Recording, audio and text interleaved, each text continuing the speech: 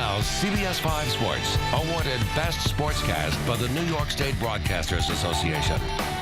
Tonight, Doug Marrone opts out of his Buffalo Bills contract. More on that in a moment. But first, SU basketball takes on Cornell in the Carrier Dome. Good evening. I'm Tom Eschen. Happy New Year's Eve, everybody. Now, Cornell, they haven't beaten the SU basketball team since 1968. Both teams trying to end 2014 on a high note, though. We start with Jim Boeheim yelling at Caleb Joseph, just like we talked about yesterday. Caleb, though, responded. 8 points tonight. Not a bad night. It was 0-0 for a while here in the first half, mainly because of Chris McCullough.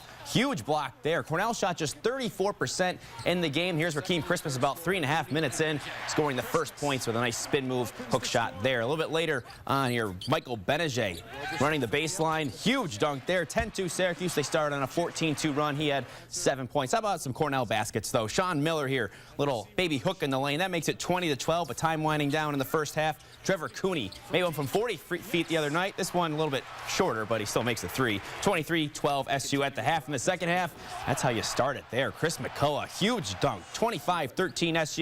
6 points for McCullough, including 2 of the loudest of the night. On the other end, here's Miller once again. That's an alley-oop dunk. Rim's getting rocked. 30-15 SU. Miller had 12. Then Christmas. Watch a turnaround jumper by the big guy.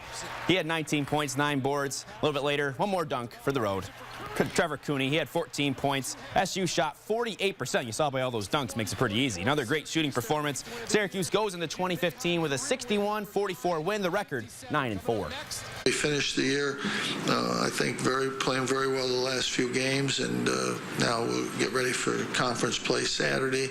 And we've come through this about as well as we could expect at this stage of the year. I just like the way we battled, and some of the tough games we had. We battled to the end, and that's what you want out of your team, to not give up and just continue to battle. But I mean, I'm proud of these guys in the way that we're playing now.